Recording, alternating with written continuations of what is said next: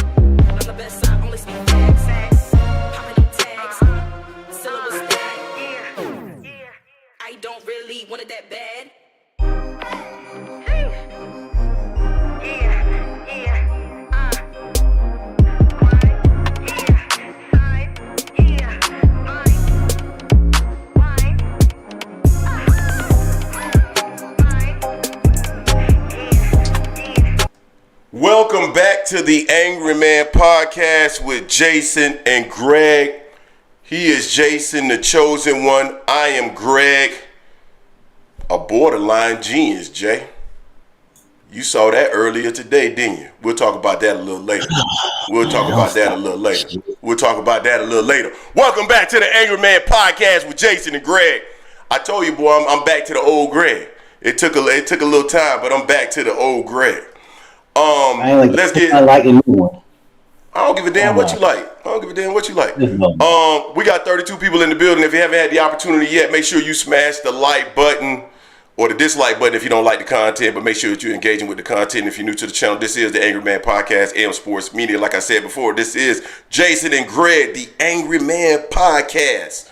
This is probably some of the best content you're going to catch on YouTube relative to boxing, specifically and especially when it comes to presentation, Jay. You won't see our videos flicker or cats turn upside down or the audio go out and all that. We bring you quality presentation as it relates to AM Sports Media. Facts, because it comes from the brain of yours truly. That's shots fired. Yeah, I said it, Jason. Shots fired. I said it. Anyway, let's go ahead and say thank you to the people that are Hold up. So let's go ahead and say thank you to the people that support the channel, Jay. Rock Dog Interactive. If you need anything relative to web design, logo design, Rock Dog Interactive, they do help us here on this channel. That's my dog, Rock Dog Interactive. So make sure you go check them out. They will help you out. Anything relative to your business marketing. They will help you out, so make sure you go check out Rock Dog Interactive. Black father figures, they're doing wonderful work out here in the community. That is the legal legacy, and I just appreciate the work that he's doing out here for black fathers, because we need this work out here. There's not enough black fathers out here that are being appreciated out here in the community, so I like what he's doing out here. And then the Dodge Vodka, as a matter of fact, Jay, I have not been drinking, but I do have a little Dodge Vodka here in this glass right here that I plan to sip on a little bit during the show. So Dodge Vodka, www.Dodge Vodka, kiwi tasting vodka, black owned, out of Jacksonville, Florida, and you can find it in select stores throughout Florida. So make sure you go check out Dodge Vodka. Now, Jay, I do want to circle back to something that we were talking about earlier today. I did take the Mensa practice test today, Jay, and I did score in the 92 percentile. I took the test while I was laying in bed, while my daughter was yelling and my wife was talking to me, and I still scored in the 92 percentile, Jay. So I want to ask you a question. How impressed are you with me? No one cares. You care. I don't. You're a hater. Do you want to talk? Cowboys. Do you want to talk about other channels that have? No, I'm not gonna go there. All right, Jay, let's go ahead and start off the show, man. Where do you want to start off with? Before we go there, man. Yeah, Jay and Greg, please get on King Ryan hind parts and how out of pocket he was. Salute to the family. Facts. We definitely gonna talk about that today. Bruce Gas in the building. What's going on? Salute. No one cares. Jay, what you talking about when you say no one cares? Oh, Gina, it's a Mensa practice test that I took this morning. If you guys are interested, I will drop it in the chat, and you guys can get the opportunity to take the Mensa practice test. And if you want, I will drop my score in there as well. I score extremely high because I am just that. Man, why you keep hating on me, dog? Why you want to celebrate me? Celebrate your boy. I put it out there because more than likely when I say something, I'm probably right. My interpretation is probably right. That's all. Only 8%. Only 8% of the population is probably more right than me. That's all I'm saying. What? I would celebrate with you and get nobody else to celebrate with you. You take it all. You ain't gonna, man. Number one, first and foremost, you ain't never celebrated me a day in your life. Because every time I've known you, everything you say about me is negative. Everything you say about me is negative. So I know you ain't gonna say nothing positive about me no matter what. I done told y'all, this is how Jason is. If Jason know I'm saying something that is true, like if I say, Jay, I'm borderline, I'm borderline, like I'm very bright. Jason will just say, hey man, move on to the next topic. He won't lie. He won't say you're dumb. He just won't acknowledge it. That's him. All right, so let's move on to the next one. Let's go ahead and move on to the next. All right, Jay, where you want to start at, man? Salute, Gina. What's happening, Gina? John Mack, a few others in the building I saw here earlier too. ASVP TV. Trust me, brother. I will take the test. I will record myself taking the test. Dude, I don't need to lie, my brother. You can tell ASVP TV when you talk to me, my brother. It ain't hard to tell, guy. What are you talking about? It ain't hard to tell. Come on, man. The only thing I got wrong was one fight. That's all I get wrong. Jay, tell him, Jay. Tell him what? Anyway, the only thing I got wrong in life is one fight. And being friends with you. That's the best thing. That's one thing you did get right. You ready to go? What's the first topic? Goodness gracious. It's like taking a competency test. This nigga here. But yeah, so let's go ahead and get with the fresh topic here. So last night, Top Rank had a fight card last night. I'm not sure why they had Abdullah Mason on the ESPN Plus section. I completely missed that portion. But they had FL Jabba fighting a dude that he had sparred several times, and they had the main event was Jaron Anderson versus a guy at 5'9", cruiserweight. Came up. He's had a few fights at heavyweight. I ain't watch it that much. I slept. It put me to sleep. It was like watching Shakur again against Ghost, aka De Los Santos. Yeah, the fight card was trash. I ain't see it. I ended up seeing the response on Twitter to it. I did not see the fight last night, unfortunately. So a lot of, I'm not gonna go into the detail, but a lot of personal stuff going on. And so I was like hella busy like this whole past week. So so a lot of time spent with the kiddos yesterday.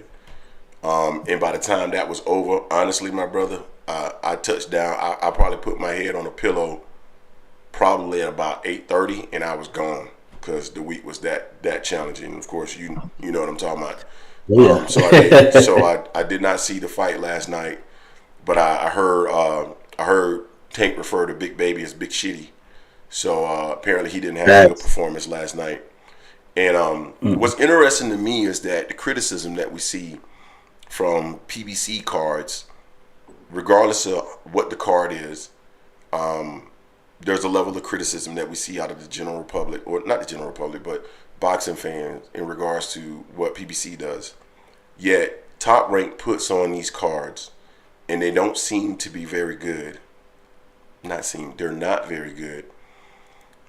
And regardless if they're free or not, and really they're not free because they're on ESPN, but there's no criticism. We don't see a lot of criticism from people. Sorry, guys, I am a little bit under the weather. I'm sorry, Jay. Why don't you go ahead and take over? I'm sorry. Yeah. So just like Jaron Ennis was good to be on the fight card. FL Job was good to be on the fight card. Have them fighting each other. They're prospects still, but they didn't have them fight each other. I mean, FA Jabo fight was decent, I guess you could say. They were going back and forth on it, but it was criminal for them not to put a Dual Mason on the main card. A Dual Mason is that next thing. That kid can fight. He should definitely be on prime time on the other cards. He should not be on the ESPN Plus service that comes on at 6 o'clock. He needs to be fighting at 10 o'clock when they start the show. You know, hell, he could have been a main event last night the way he fights. He's a hell of a prospect. I like a Dual Mason, but Jaron Anderson, he's fought a dude that's 5'9", Greg. Jaron Anderson is 6'4". He fought a dude named that's 5'9". They went the distance. Granted, that dude was just there to take a paycheck and to try to survive, but you 6'4". Yeah. Dude is 5'9", cruiserweight. Came up from being a cruiserweight, and you couldn't do nothing with this dude trying to survive or not. You're 6'4". Get his ass up out of there. Yeah. You know, I see why Tank called him Big Shitty. You know, I mean, I slept pretty good because I was watching the fight off and on. You know, and remember, Greg, we were talking about Jaron Anderson. Charles Martin pretty much exposed Jaron Anderson right there. Yeah. He exposed him. You know, let open it. It's not just height. He had pretty much every advantage on this kid. The dude 5'9". Ain't nowhere in the world 5'9", that got that limited type capability should be in there against a guy that's a prospect contender, talking about he's going to be the next and all this stuff here. They were talking about how he was going to be, their plan was to put him up, and yeah, Kiza, he's calling out Wilder. He need to fight an FA Jobber. That would be a good step-up fight for him next. That would be a good challenge for him next. Otto Wilder is older and everything, not ready for that. Please don't call out AJ, Joseph Parker, hell, Big Bang Zhang, all the rest of them. Don't do that yet. And plus, we don't know Jarrett's been doing a lot of crazy stuff outside of the ring, so he got a lot of things going on. He needs to figure out if he wants to really be in the ring or not, because boxing ain't something you're gonna play. You know, he needs to get his things in together in order. You know, I know he has a kid on the way or something like that. They said, you know, salute to him on that. You know, so I hope he gets his life gets together with him bringing a kid into his world so he can take care of that kid. You know, and figure out if he's going to stay in boxing. Because I thought he said a while ago, he said he was going to be retiring by 26 or something like that, in maybe a couple years. So, I mean, but the overall fight card wasn't good, man. It's the best thing about that fight card, we're going to do a Mason if they had him on the primetime portion. You know, they did him a disservice by not putting him on the prime time. Yeah. Yeah, Big Baby is not going to be that deal, man. You know, he was one of the heavyweights that it seemed like people were going to be on the lookout for. He doesn't seem to have it, you know, mentally. And it's not, you know, I'm not trying to knock him. I'm not trying to dismiss him. You know what I mean, Jay? Because he seems to be sensitive in that regard. But he just doesn't seem to be that guy. You know what I mean? And it's unfortunate. And the matchmaking from Top Rank, I'm sorry, but like we keep talking about, and we see guys like Rick Glacier talking about PBC and what they're doing. But when you see what Matchroom is doing with their talent, and you see what Top Rank's doing with their talent, and you see what Golden Boy's doing with their talent, and you see the cars that they're putting on, they're not great. And when you see like the Devin Haneys of the world and the undercards for those matches, they have to pay Devin so much money, or Ryan so much money, or whoever they got that's even a viable name on their network so much money. They have to pay them so much money that they can't even put on a decent undercard. And what PBC has been trying to do here recently, and I know a lot of people have complained about this, but I think they've gotten their business model right. And I personally think PBC's business model was wrong in the past, but I think they've gotten it right, where it's like you eat what you kill. You eat what you kill. And so they put on these regular PBC cars, and they give us the fighters that are on the up and coming prospects that they're building up the correct way, and they're branding these fighters in the correct way. They're marketing these fighters in the correct way. And then they're more marquee fighters they're putting on pay-per-view. But those are the fighters that, hey, if you want these big paydays, you eat what you kill, you know? And then they're putting on these other fighters on the undercard that are named fighters that we want to see, and we want to see them matched up with the correct fighters. And they're now forcing these fighters to get into the ring and match up with fighters that are going to be dangerous, that are going to be fights that, the fight fans and the general public will be interested in seeing. So I think they have the correct business model moving forward, but they're still being criticized for that. And I think right now, in my opinion, they are ahead, significantly ahead of the Golden Boys, Matchrooms, and Top Ranks of the world. And we got to start recognizing that, in my opinion, because what we saw last night, that was awful, just awful. It was something. So you saw one guy like he just came from a church basketball league, right? He was out there he was in some basketball shoes and some tights. Yeah, I saw that. Got knocked out. Yeah, I saw that. That was interesting. Yeah, definitely interesting. I mean, you can't be doing stuff like that. I mean, but the thing is, Top Rank, they got a button star at Abdullah Mason, and they didn't put the kid on the free TV like they should have. That kid should have been there. He could have kind of made the card so much better than what they had on at 10 o'clock at night. And the fight, Jaron Ennis didn't come out till, I think, a quarter to 12 almost, or something like that. To watch that, man, nah. They got to do better with those undercards. Got to do better. Agreed. All right, Jay. And again, before we move on, forgive me. I am still struggling with a cold from last week. So forgive me. But I did want to still do the show, so I might cough a little bit. So, again, my apologies. We got 96 people in the building, 28 likes. If you get the opportunity, please smash the like button. Smash it for your boy because I'm sick and I'm still doing the show. So please smash the like button or the dislike button if you don't like the content. But please make sure that you are engaging with the content. And if you're new to the channel, this is AM Sports Media, the Angry Man Podcast. Jason and Greg, we are always dropping boxing-related content. So if you're new to the channel, make sure you hit the subscribe button. And if you are a subscriber, consider becoming a member. It's $2.99 a month. It helps us bring this content to you. And if you don't want your videos to skip, you want great sound quality when we're interviewing people. You don't want people to flip upside down as we're interviewing them, or have them come in and out, so that the live stream refreshes and things of that nature.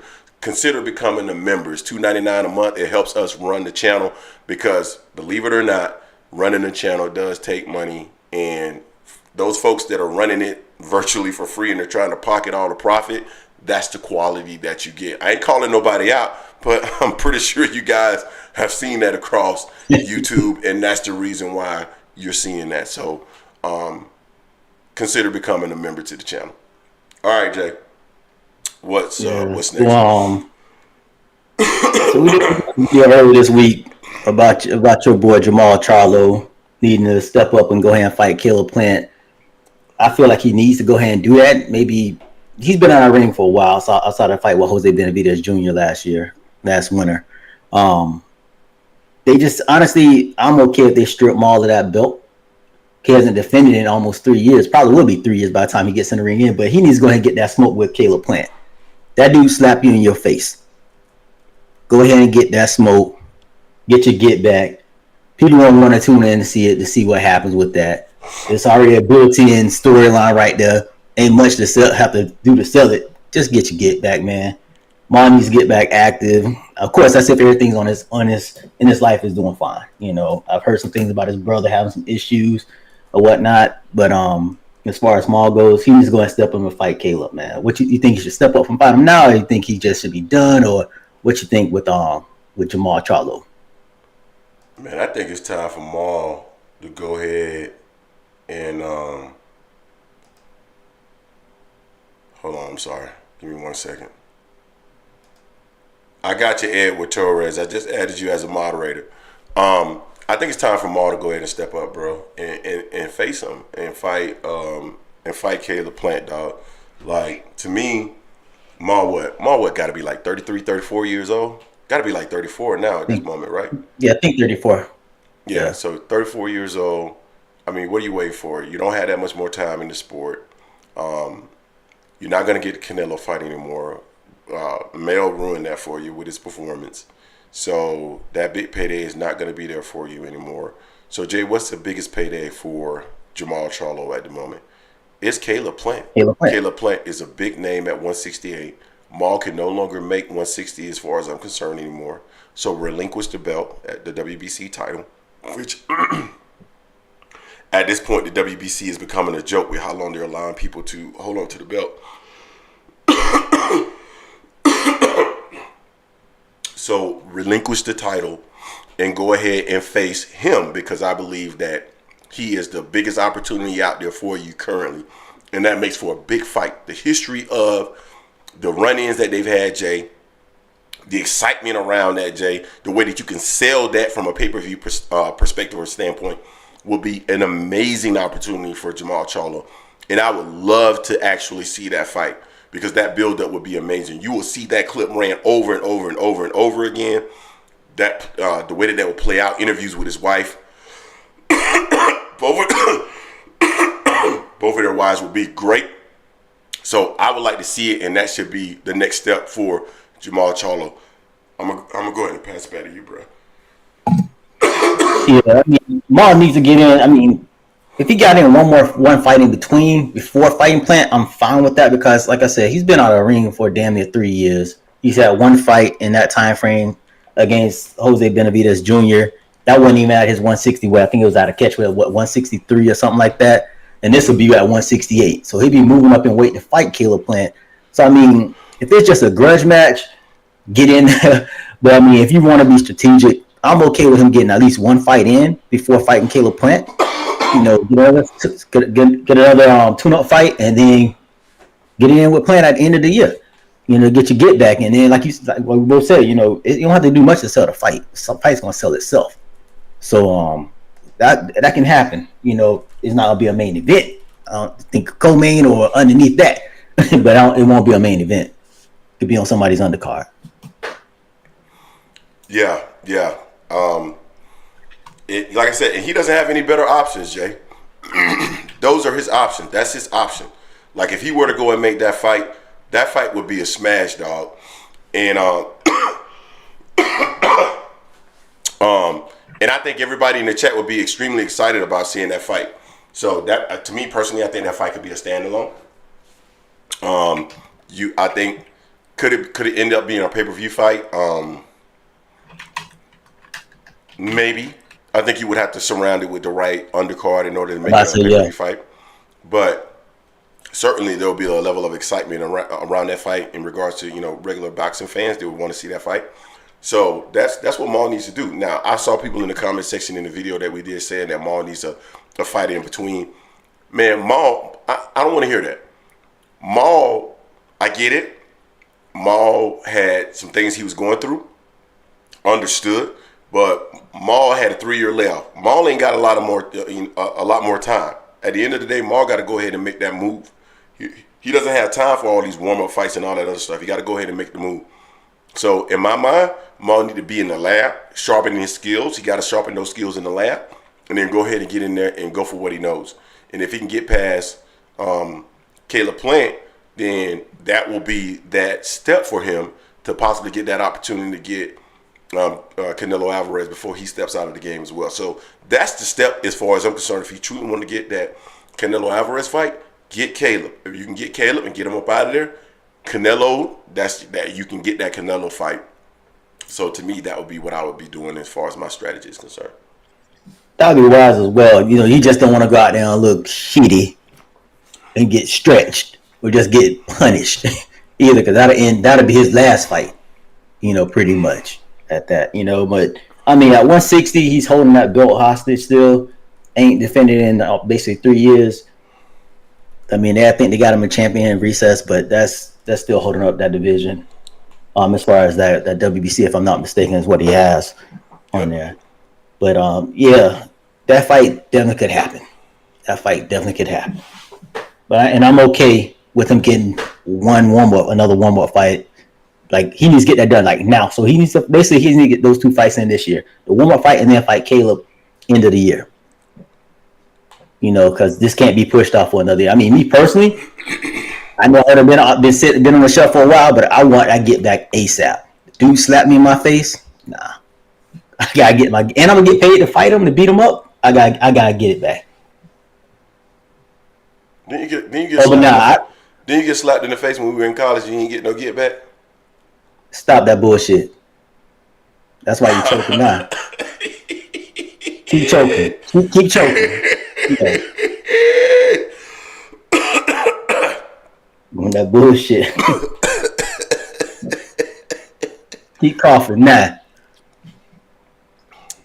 Yeah, I hope the water go in the wrong pipe, you old ass. Boy, you a hater, boy. Boy, you a hater. Hey, it is what it is. Speaking of hate, let's talk about your favorite female rapper of all time. Y'all didn't know this, but Greg shared with me. Yeah, quote. Yeah, quote. Yeah, quote.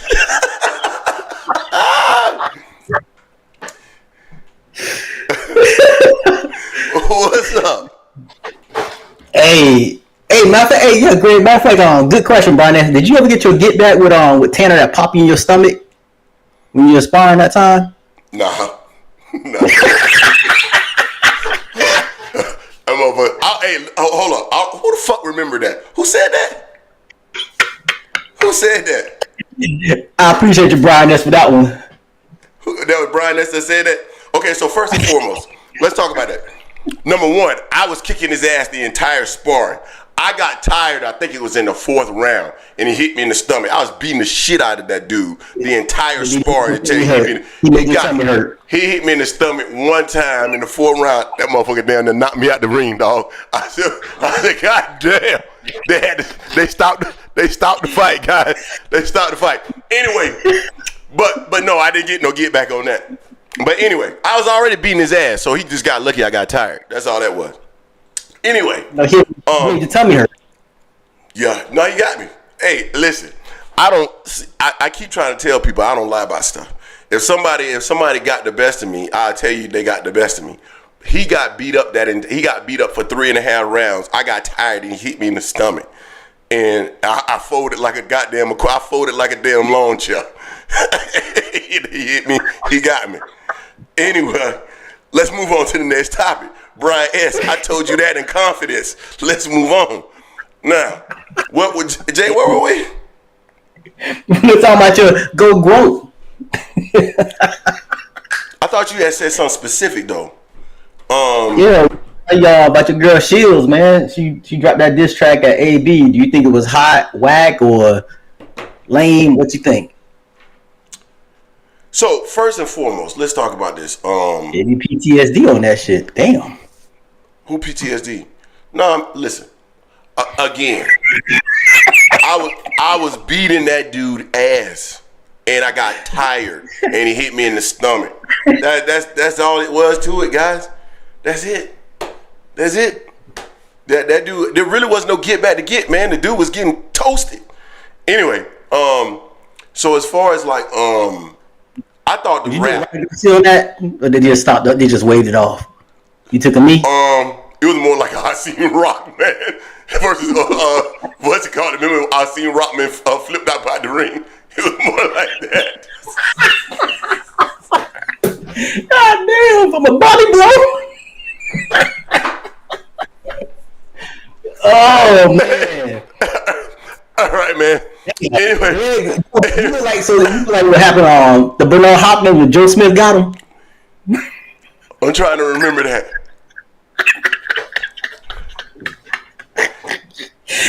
He knocked your ass out the ring. I can't remember that. I don't remember it, dog. Because I remember he kept trying to hit me to the body, dog. I kept catching this shit like it was easy to catch. But when I got tired, dog, you know, if you've been in the ring before and you've gotten tired and your arms are so tired, it feels like you have like 20-pound weights on your fists. I was just so tired I couldn't do anything with them anymore because I just wasn't. I wasn't in boxing shape anymore. I wasn't in boxing shape. So that one time when he tried to catch me, I couldn't block it, and he hit me in the stomach. And so like I was against the ropes and damn near flipped through. Did you shit yourself? Huh? Did you shit on yourself? I had a little poop, a little bit.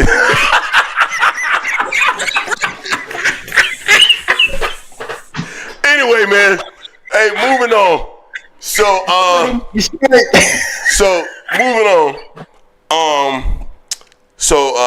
You motherfuckers ain't gonna keep bringing up my past. So as far as like her rap skills are concerned, like I felt like the shit wasn't bad, bro. It wasn't like it was bad. Like I thought it was straight based off of like what she was doing.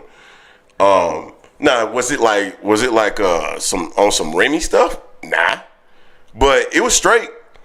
Now the thing about it, and what's intriguing to me about it, is if you know you're not gonna fight her, why do you keep talking about it?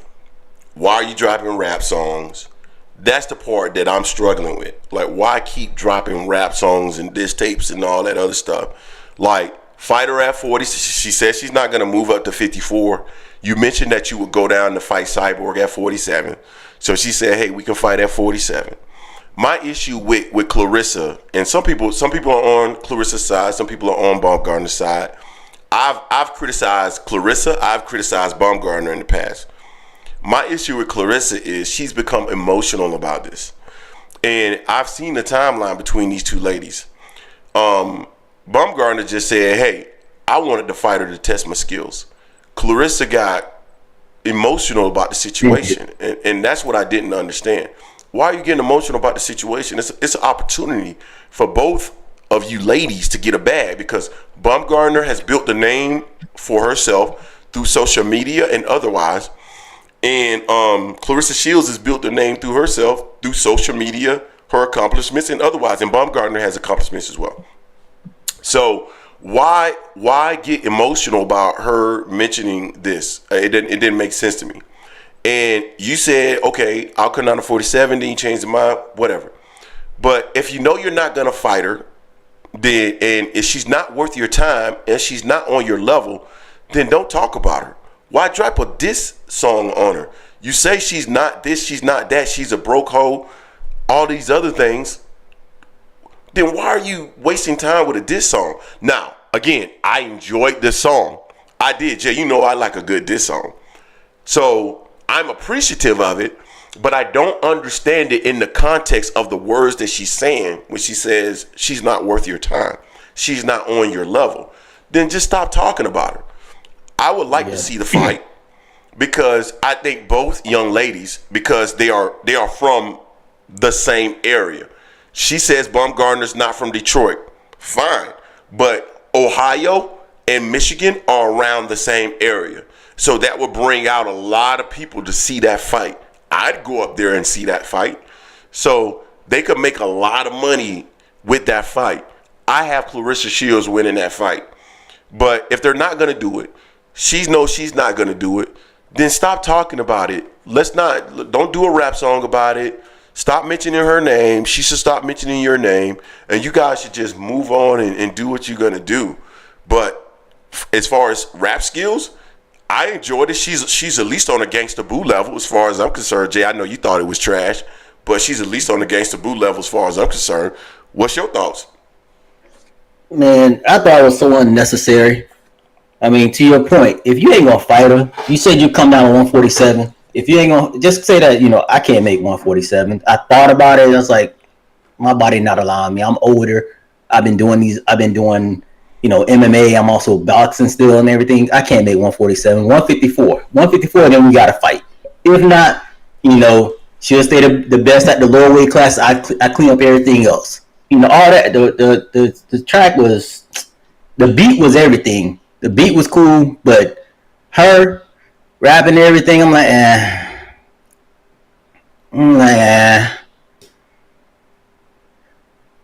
just don't get it. To your point, she got all emotional about it. It wasn't, she never, to at least, y'all can correct me if I'm wrong or not, but I remember Baumgardner initially saying that Claressa was a bad fighter or anything like that. She was horrible, anything like that. She thought it would be a great fight for the both of them.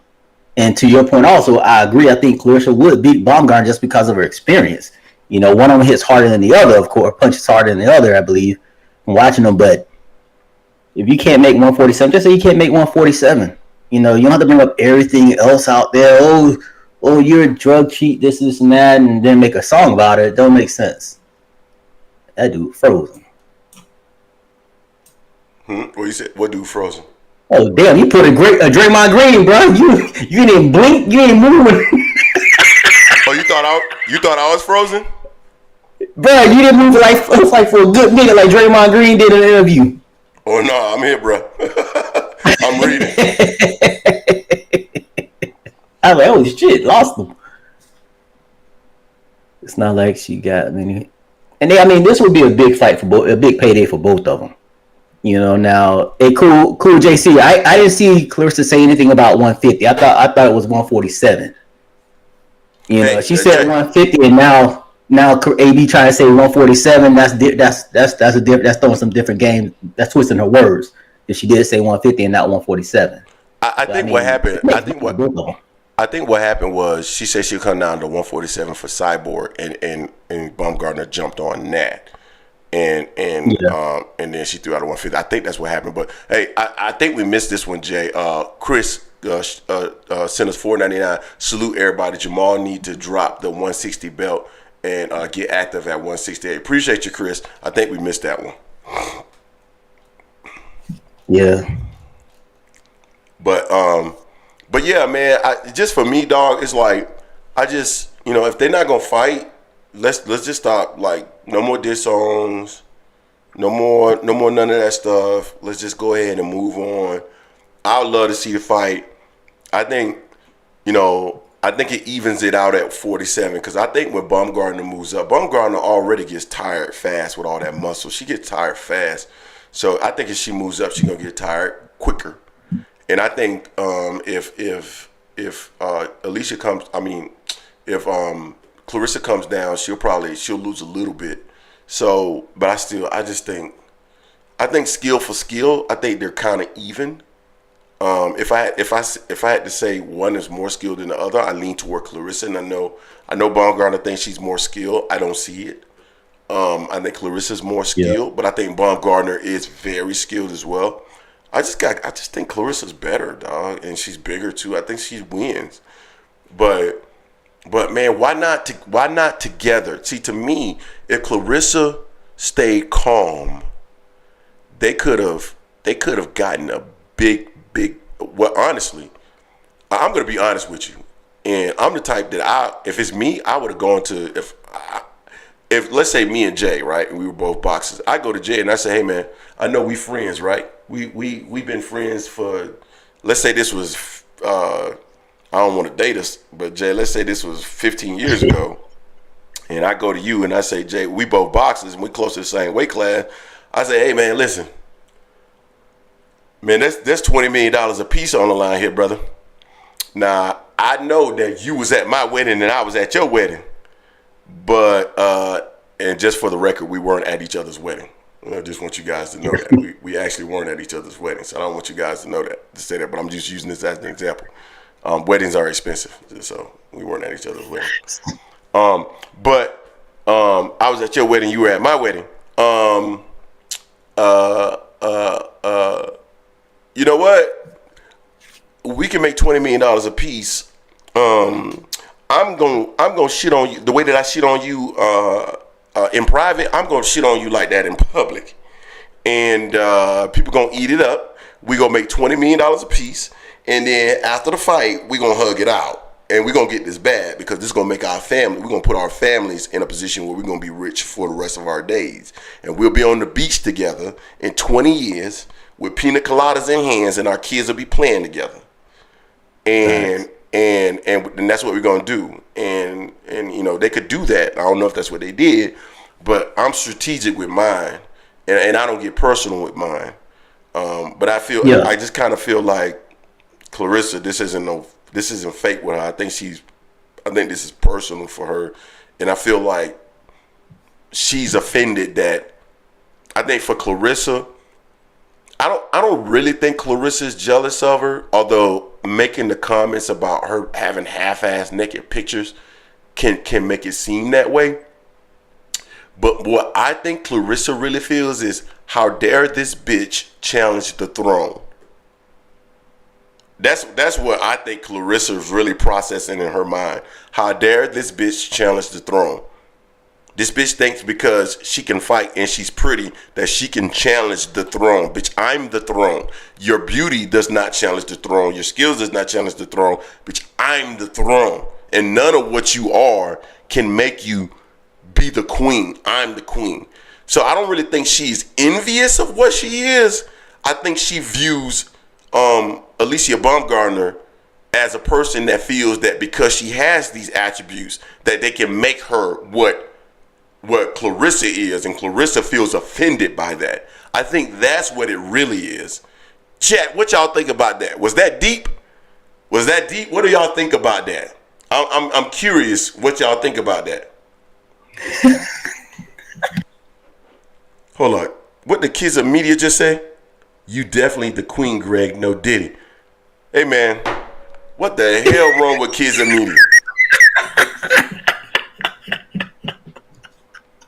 What the hell is wrong with kids of media?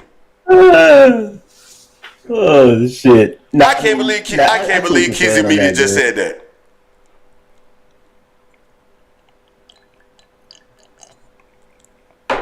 Jay, that's why I got the IQ that I got, because I think through things like that, man. I connect dots, my brother. Shut up. Kids of media, why you getting on me, man? What's wrong with you today? You capping, man. You capping. Kids of media putting bullets in me today, bruh. Kids of media, you know it's love, man.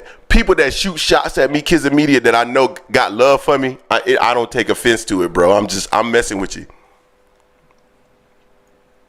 But yeah, I mean, my biggest thing with them, if you're not gonna fight each other, just dead the shit. It's pointless at this point. You know, it serves nothing if you're not gonna fight each other. All that, you know, you made a track and all that, cool. I mean, I just hope AB don't try to come with a diss track as well, because she talked about she got bars. I'm like, AB, no one wants to hear that shit back and forth, man. Maybe she got bars. But they ain't rappers. Maybe she got bars. Maybe she got bars. Maybe she got bars though. Hey, if they ain't, I want to hit a diss track if they gonna box. If they're not gonna box, I don't want to hit a return track unless she gonna have Glorilla on. If she got Glorilla on, I want to hit. I'm about to say do my him upside. If she gonna have Glorilla on, I want to hit. She do that, that'll be fine. But I still don't want to hear it either way. I want to see them fight, and they'll get a big payday off of that. You know. So I mean, I want to see what'll happen if AB takes the bait and says, "Oh, you said 154 now? Okay, let's do it." If Claressa would do it at 154, I think she would, but man, that's too big, man. That's too big. To me, that's too. Hey, Gina, where have you been, Gina? I meant to ask you, where have you been? I have not seen Gina in a while, huh? Oh, you haven't? No, Gina hasn't been on in a while. I haven't seen Gina in a while. Salute to Gina. Salute. Yeah, like I agree. I agree with Gina said. Gina said they are not rappers. Their videos are like kids' science projects.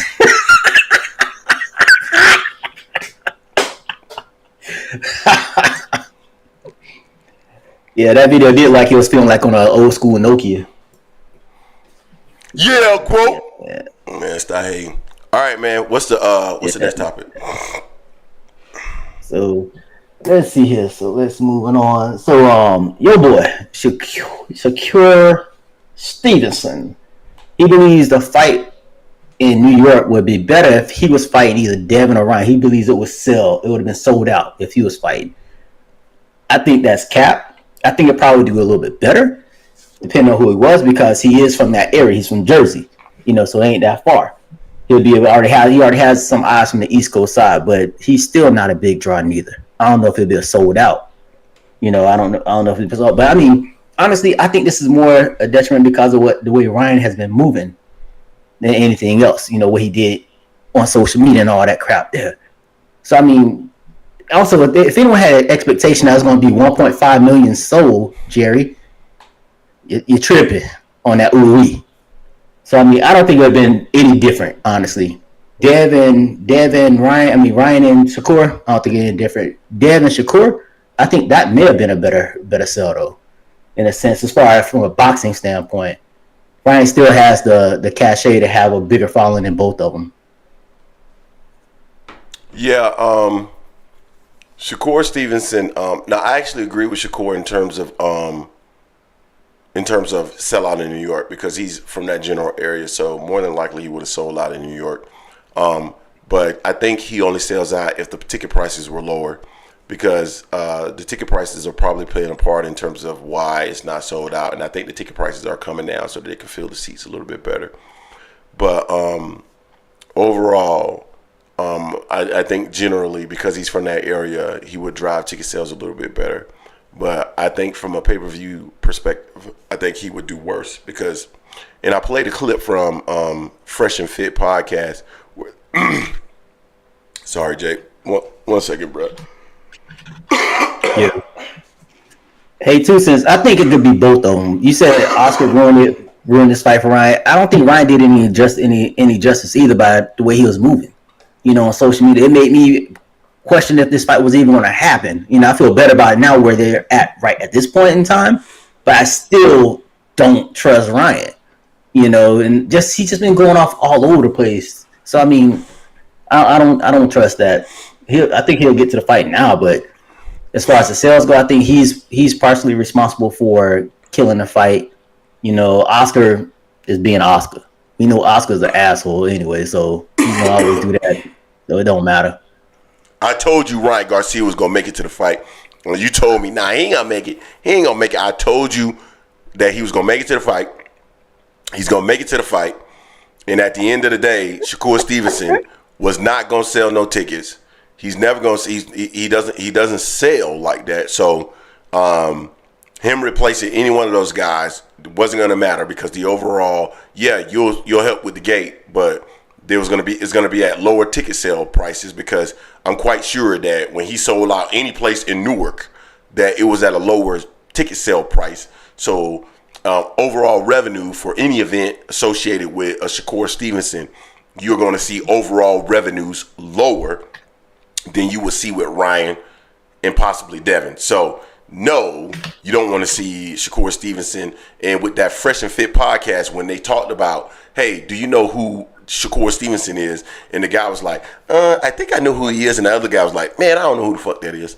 So like, this guy's name is not out there. People don't know who he is. And so Shakur needs to be busy with building up his profile. But these guys are asking for exorbitant amounts of money. What Shakur should have done was take the 25%, tried to win the titles. If he really felt that he could beat Devin Haney, he would be undisputed right now and in a power position to get more money. He wasn't going to get, like, the A side against Gervonta Davis, but it's still in the power position against anybody else around that weight class, like at 35 for sure, and maybe against like certain names at 40.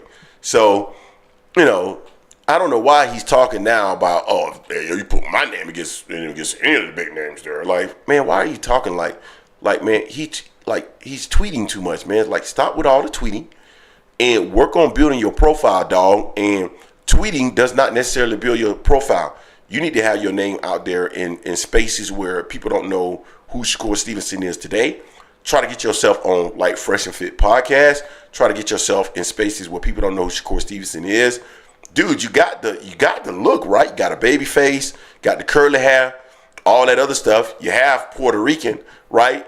Put yourself like try to get exposure to the Puerto Rican fan base, and get yourself exposure to other fan bases to kind of expand and stuff like that. But what people want, what a lot of these boxers want, is for their promoters to be the sole reason why they are exposed to other areas and demographics, instead of making themselves more active and giving themselves exposure to these demographics as well, to help expand on who they are and their brand. So Shakur, love him, hell of a boxer. Stop tweeting so much and start getting your face out there so people know who you are. Yeah, I mean, and not only that, Shakur's next fight is against Frank's leftovers. I expect him to have a different fight than that. He should have really called Zepeda's bluff again, because Oscar talked all that shit. So he should have called his bluff again instead of fighting Artem, however I pronounce the last dude's name on that. So I mean, Shakur is a hell of a fighter. Can't take nothing from him. He doesn't sell, and his last fight was rough. People were pissed about that fight. It wasn't a showcase fight for him. He didn't look good. So I mean, I want to see him against someone else in that fight, his next fight. Even a rematch with Ghost, aka Edwin De Los Santos, would have been fine for me. But Shakur talking about everyone else, this would have sold better, this would have sold better after he put a stinker out there. I'm like, to your point, do other things to get yourself out there, man. First you're retired, then you're not retired. Then everyone has to go through you to be undisputed at 135 because you're keeping that belt no matter what. What you doing, Shakur? Let's get you in the ring, let's get you in the ring and see what's happening. My thing with Shakur, I'm interested to see how he moves after this last fight with Top Rank. I want to see how he moves after that. That tells me a lot more about him, and see how he's going to try to move to try to make some of the other fights happen. I will give him credit on this. He does know his place as far as when him and Tank were to fight, he knows he can't call any shots on that. And he says that'd be the biggest fight at 135, and I agree with him on that. Because Shakur can fight his ass off. Yeah, he can fight. He's a hell of a fighter, and he's one of the best track stars I've ever seen in my life. All right, man. What's the next topic? And Jay, we had I think we'll open the phone lines in about 7 minutes. All right. So a big thing happened, big signing this week. Boots goes to Matchroom. He signs with Matchroom. He finally actually signs with somebody. To get everything cleared with, was it Probellum who he was with? What that wasn't Probellum. No, Cameron Duncan. Cameron Duncan, yeah. Once he passed away, and then it was under his spouse, surviving spouse, and he got away from that. So I mean, it's interesting. I'm not mad at Boots for trying to get his money, try to get things settled. It's unfortunate that the other fights he had lined up last year fell through. Crawley came out twice against him, backed out. Barrios backed out this year because of he was having a kid and whatnot. So I understand his frustration with that. If he's going to get the Conor Ben fight or whoever he's going to fight next, it seems like Conor Ben's putting his name out there for the fight. I don't want to see that fight, but if he gets the fight, I just want him to go ahead and put Conor Ben to sleep on that. So I don't know how did they say how long that contract is? A 3 or 5 fight match? I didn't contract? Did they say? I haven't seen it anywhere. It may be out there somewhere, but I haven't seen it yet. Yeah. Now, my concern with him signing with Matchroom, the 3-fight deal. Thanks, Tay. So 3-fight deal. The concern with Matchroom, when we look at his roster, they really don't have anyone in at 147 over there for him. So it definitely is going to be about 80, crossing the street to fight people from other promotional companies on there. So we'll see what happens with that. I don't know if this Crowley fight is ever going to happen again because they're going. How many times they going to purse bid? I think don't they have another purse bid for that fight? If I'm not mistaken, reading that somewhere. See, this is I think they where said another one. this is where Jake. Jason, we were talking about earlier. Although I have what do they call it? Damn, what do they call those processors? It's a 7 something. I can't recall what they call them right now, Jay. Something 7. I only got 4 gigs of RAM. So I don't be remembering shit no more. I don't be remembering shit. But no, so no, I don't remember. I really don't remember. But continue, Jay. Whatever your thought was. Yeah, shit. That's bad. Both of us got bad memories at the time. The same damn time. Dog, I do not, dog. That's my. I used to have a tremendous memory. At this time, I have to process too many things now, man. I do not be remembering all this shit. As far as Boots is concerned, What's up? I'll just go ahead and jump into the Boots thing. And first of all, before I jump into the Boots thing, I want to give Tay a shout out. Thank you, Tay, for assisting us with the 3-fight deal. Because in reality, although we have our own channel, man, I do not do this full time, my brothers. I do not do this full time. Boxing is our passion. College football is our passion. But I have a full-time job, so there's shit that I miss. There's shit that Jason missed. So for those of you that catch it, by all means, correct me, because sometimes I freaking miss it. Shout out to the Mic Check Podcast, the family, T Ward. We were just talking about you the other day, my brother. I tried to message you through Twitter X, and I could not message you. You need to hit your boy up. You need to text message me or something, bruh. But yeah, as far as Boots is concerned, there are a couple. So Matchroom does not have a lot of fighters at 47. They got Conor Ben.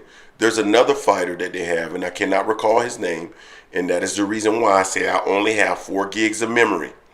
But with that being said, Conor Ben and this particular fighter, Gaslov or something like that, they both are ranked in the top 2 to 3 in both the WBA, WBC. So in theory, if they were not to move Boots against Conor Ben immediately and allow Conor Ben and this particular fighter to fight for these titles in the event that Terrence Crawford relinquish those titles and they become vacant, then Conor Ben and this gentleman can fight for those titles. If they win those titles, then Boots will be in position to fight for unification fights or fight for the potential to become a unified champion. So he will be in a good position to become unified champion. And that is something that I believe that he seeks, that he wants to become. Now, if that is one of his goals, check. If he wants to be active, I think that Matchroom will keep him active on DAZN. And PBC, although I love Al Heyman, I love what PBC is doing. What PBC has not demonstrated here recently is the ability to keep boxers active, because PBC has a robust lineup and roster of fighters. What PBC needs is not only Amazon Prime, but also another deal, an outlet for fighters so they can keep fighters active. From what I've been told, PBC has been active in trying to get another deal so that they can keep their fighters more active. But Jaron Ennis wants to be active, so going over to Matchroom makes sense. Check. The problem where I think he's going to have a fat X is in regards to becoming a superstar. Now, I saw somebody in the comment section saying that his skill set alone will make him a superstar. False. Terrence Crawford has one of the most superb skill sets that we've ever seen in the sport. Let's set Terrence Crawford aside because, quite honestly, I do not want to talk about Terrence Crawford today.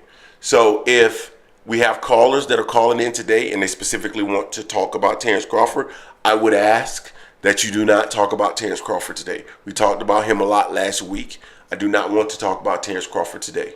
So I would ask that if you are calling in today, that you have a different topic other than Terrence Crawford today. So let's talk about Pernell Sweet Pete Whitaker. A hell of a fighter, but was not a superstar and was one of the most skilled fighters we've ever seen in the sport, but was not a superstar in terms of box office appeal. I'm talking about box office appeal. So you can have one of the most dynamic skill sets. Rigan Diao, we can talk about Rigan Diao today. One of the most skilled fighters that we've seen in the sport. Shakur Stevenson, one of the most skilled fighters we've seen in the sport today. Devin Haney, one of the most skilled fighters we've seen in the sport today. They are not considered box office fighters, superstar fighters. When I say superstar fighters, I mean fighters that attract audiences, eyeballs, cheeks and seats outside of your hardcore boxing fans today. So I struggle to believe that Matchroom will be able to do that for Jaron Ennis because we've not seen them do that for any other fighter outside of Anthony Joshua, who personally I believe will be a superstar, whether he was with Matchroom or any other entity, outlet, etc., Jay. So that's where I see the X. But do I think it's a good move for Jaron Ennis in the short term, meaning 3 fights? I do. I believe it was a good move, in my personal opinion. I mean, unless he's going to turn into the Mr. Andre 2.0, as Tunnel Vision alluded to. We talked about that as well. A lot of people think about Boo Boo as what happened with Boo Boo when he went over to Matchroom. How old was Boo Boo when he went to Matchroom? What, 30? 32? Yeah, Jaron is like 26, and it's for 3 fights. Still. Yeah, Mark. 3 fights a game. So I mean, they don't have a lot on their roster at all for him to fight. I mean, I know he said he'll fight anyone. He doesn't care where, when, who. He said 147, 154. So I mean, Conor Ben is one. Unless they got something in. Conor Ben is one. But what you want is Conor Ben. So you want an interim fight first. You want Conor Ben to fight for one of those titles that hopefully Crawford will relinquish soon. And you want the other guy that I was mentioning, I'll look his name up soon, to fight for another title so that you get the opportunity to unify. That should be the strategic game plan. Now, whether that is or not, I don't know. It could be. But I mean, Conor Ben, I'm just like, I'm not sold on him at all. I mean, but to take care of him, get him up out of there. So yeah, I get it. But if you're trying to stay active, right, and you're trying to unify titles, it's a fine move. If you're trying to become a star, I don't think it's the greatest move. So I think if out of those 3 categories, I think you check 2 of the 3 boxes, right? And if it's not, if he signed like a 7-fight deal, I'd be like, yo, that wasn't a great move. But it's only 3 fights, meaning he should be able to fight twice this year and 1 next year and can get out of the deal. Because it's a short deal, I don't think it's a bad move. If it was like 7-fight deal or something like that, now it's a different discussion. You get what I'm saying? Yeah, I mean, unless it's like, because the deal Canelo signed was a 6-fight deal, and he was guaranteed $300 million, some shit like that, some crazy amount. Mm-hmm. Something like that, then that's a good deal for you if you just simply care about the money aspect, because you weren't getting any fights worthwhile. Man, I don't give a shit. I don't give a shit what you think about legacy or otherwise. If it's a 7-fight deal and you getting $300 million, you should be signing that deal in a heartbeat. Oh, definitely. I'm talking about from a competitive standpoint, from that aspect. But if you just talking about money, yeah. If I gotta fight you 7 times, they gonna give me that. I'll fight you 7 times. I don't care. I don't care about nobody else. I don't care about no belt, anything like that. Like Dave Chappelle said, "I'm rich, bitch." Fuck that. I don't care about nothing else. Yep, I agree. But anyway, man, anything else you want to cover with this topic, bro? Nah, we're pretty much good with the boots. So We're trying to look at the roster. Let's pause real quick. We got 121 people in the building, but we got half the likes. So, hey, man, your boy here, and I'm sick than a dog, man, but I'm still here. Y'all smash the like button so other people can find the content, my friends, so that people later on, it will show up in their feed so that they can watch this later. And also, if you're new to the channel, this is AM Sports Media, the Angry Man Podcast. He is Jason, and I am Greg, a borderline genius, because I took the Mensa practice test today, and I scored in the 92 percentile. The 92 percentile. And Jason is mad because he would score somewhere in the 50s, probably 56 percentile, something like that. And he's pissed. And I can understand that.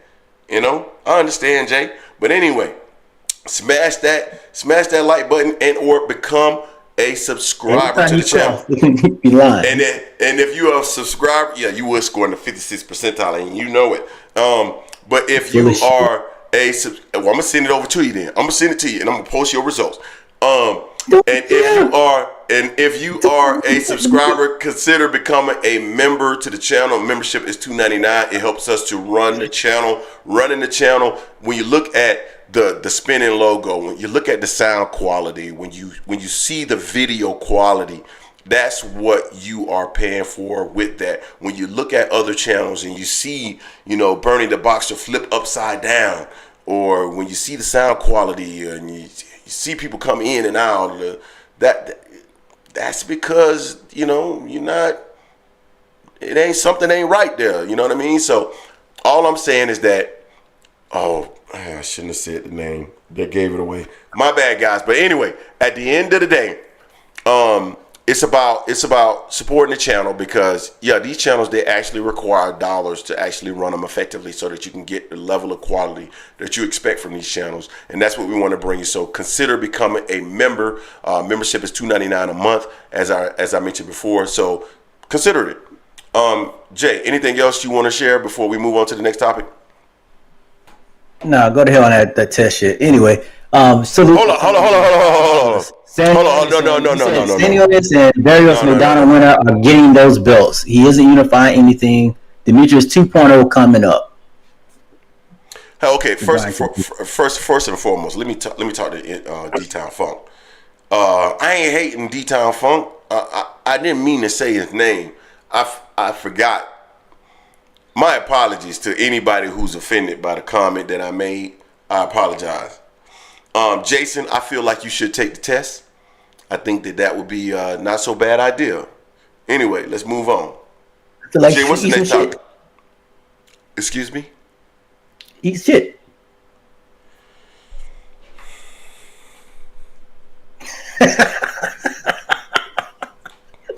How about that, sir? Moving on. So the last thing we had to talk about was I think we're good. I think we got everything. Open phone lines up, geek. Hey man, why got the phones lines all open? Hey man, why gotta be all the disrespect, man? Good Lord. Open them lines up, fool. That boy mad at me, boy. Oh, I'm not mad at you. I'm angry just because I'm angry. Answer the phone, boy. You are on with Jason and the borderline genius from FSU. How are you today, sir? What's going on, fellas? What's going on? What's going on, fam? And Greg, I kind of agree with you with the boots thing. It's like it's really a 3-fight money grab. And it's like the people who are calling in saying it's a boo-boo 2.0 are right, because we're in a situation in boxing now where the best dudes are not going to fight the best dudes unless they get astronomical money. You know what I mean? Unless they get retirement money. We've seen that in the last how many years now? It's like the guy who's at the top of the sport is Terrence. And really, Terrence, it's hard for him to get fights, just like it's hard for Boots to get fights. because everybody knows who, if they fight either one of them guys, they're going to get washed. You know what I'm saying? Anybody around their weight class, look how long Virgil Ortiz could have fought Boots when he was at 147. De La Hoya never even smelled it. He wouldn't entertain it, none of that. It's like, and people want Terrence to fight Boots.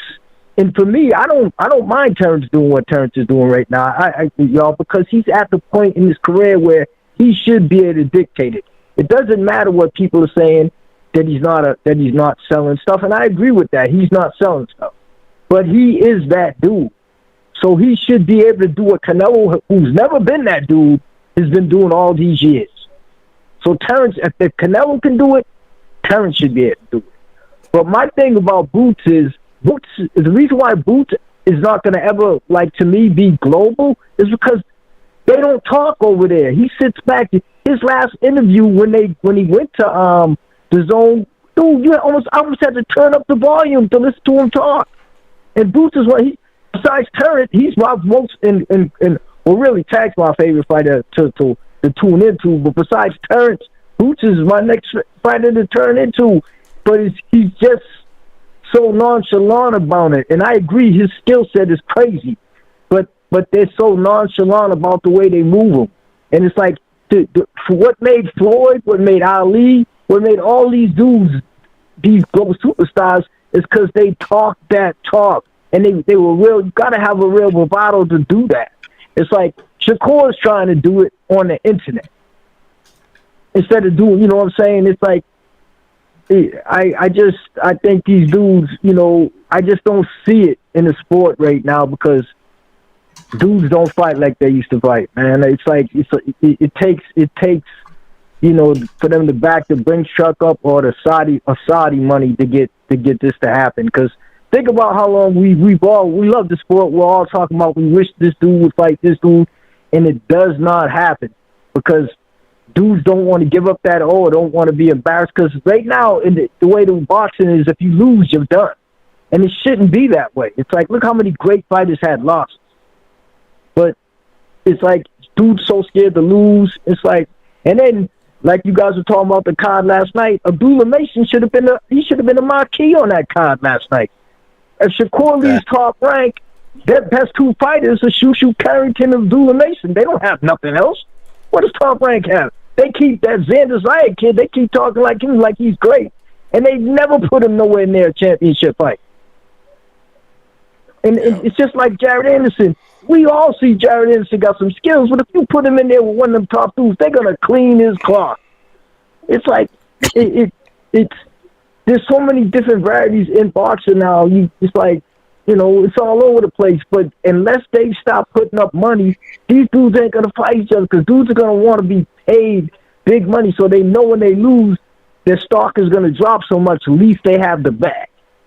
You know what I'm saying? And it's like, there's nobody trying to fight Boots. You guys, that Cody Crowley thing, that ain't no money. That ain't no purse bid thing. That's just them trying to get Cody to fight him because he knows what's going to happen.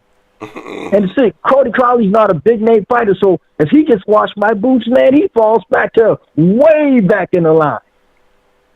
It's like, so it's like the thing like it's just like Tank waiting right now because, you know, say he fights Frank and he does what we think he's going to do against Frank. He has his thing. He's like in that Canelo seat. He can do whatever he wants to do that. Canelo's never been that good of a dude, and they let him run boxing like that. You know what I'm saying? That's why I'm not mad at Terrence right now, because Terrence has always been better than Canelo, and they never let him move like that. So I'm glad he's moving like that. I just wish he could get a Canelo fight before he leaves, man. Or could, you know, or even to me, I would love to see a Terrence Boots fight, but they got to get Terrence the bag for that fight because that's the kind of competition that is. You know, and stop trying to make Claressa Shields come now. Claressa Shields ain't been 147 since she was like 16 years old. She's 30 years old now, guys. It's like, I can understand that talking shit, and Claressa talked a lot of shit, but she can't fight at 147, man. Look at when you put them two next to each other, that was like a mother and a child, man. It's like and what's her name? The other shorty can't go up to 154, man. There's no way. If she goes to 154, she'll be sitting there with a bag of chips trying to fight, man. She'll have to eat that much to get up there, y'all. Yeah, that's what I'm saying. Y'all have a good one. I just want And them to start Greg, man, talking get about it. better, man. You coughing all over them FSU things back there, man. We can feel that. Hey man, I'm trying to get better, man. I'm trying to get better. But man, y'all have a blessed day, man. Appreciate you, fam. Appreciate you, Walt. Walt, on an interesting note, Miami probably going to the Big 12. All righty, phone lines are open. Eat shit, Greg. I don't understand why you keep saying these things, bro. Thought you were smart. I am smart. Figure That's why I'm this shit out. saying. That's why I just said. You should figure that shit out. Figure the shit out, smart guy. Figure it out. You so goddamn smart. I feel 90% put down.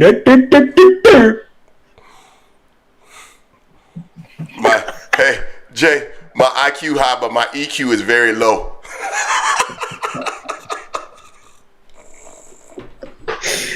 Oh man. Crazy. 203, you in the building with the Angry Man Podcast with Jason and Greg. What's going on with you, fam? Hey, what's going on? It's your boy Tunnel Vision. What's going on, What's Tom? up, Tom? Hey, what's going on, man? Yo, shout out to that dude. You know what I mean? He's a good dude. Got nothing but respect for that guy. But, you know, when it comes to the Terence Crawford thing, he's wrong on that one. Because realistically, like, you know, what you quote done in the ring, that's not really what push into the space where you can dictate things. You know what I mean? Pretty much what dictates things is putting butts in the seats. You know what I'm saying? The gates that you do, the pay-per-views that you do. That's why somebody like a Canelo Alvarez can request what he does. They can do what he does. You know, he's about to have, like, if you look at his fight that's coming up right now, that particular fight, that's going to be a $20+ million gate. That's going to be his second, $20 million gate in the last couple of months. You know, from his last fight, he did a $20+ million gate. He's about to do it again. He's going to probably do 600,000 plus pay-per-views. That's why he gets that. He can fight somebody like a Jermell Charlo coming up 2 weight classes and do a $20+ million gate and 600,000-700,000 pay-per-views. That's the reason why he can do what he can do. And even when you look at Canelo and you look at somebody like Terence Crawford, Canelo has a way better resume than Terence Crawford. So I'm not sure where he's coming from as far as saying that he's always been better than Canelo. Terence Crawford, the one issue that he's always had for most of his career was his resume. Then for some reason he fights Errol Spence, and it's like people act like he has like some kind of Mayweather level resume or something like that. Like he's fought all these killers and all these top dogs his whole entire career. So when you do something like that, that's when you can rest the end of your career and pick and choose and stuff like that. Also, as long as you also got that, you can do fights that generate money. Like honestly, if you look at his career right now at 36, does he have a Marquez career at this age? Like as far as the resume goes, does he have a Manny Pacquiao resume? Does he have a Floyd Mayweather resume at this age? Does he have a Miguel Cotto resume at this age? A Shane Mosley resume? Oscar De La Hoya? Like, I could literally go on like this for a very, very, very, very, very long time.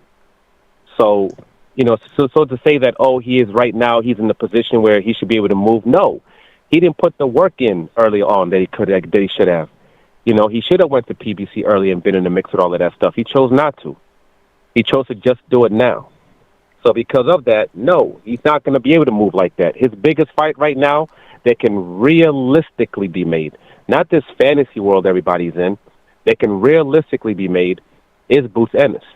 Whether that's $10 million, $12 million, whatever it is they're willing to pay him, that's the biggest fight he can make. It would have been better for him if he did it on PBC, but realistically, that's the biggest realistic fight that he can make.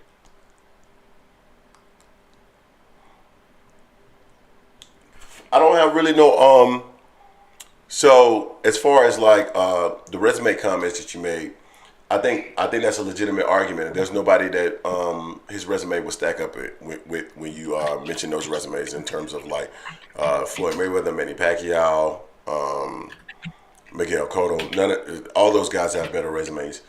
And Walt, I think what Walt was trying to say was that guys who have certain levels of skill, he wished that they had more influence in terms of being able to make more money. That's the only thing that I could equate it to, because I think Walt understands that at the end of the day, cheeks and seats is what dictates the sport of boxing, right? So that's got to be what he meant as far as I was concerned. That's why there wasn't any real level of pushback.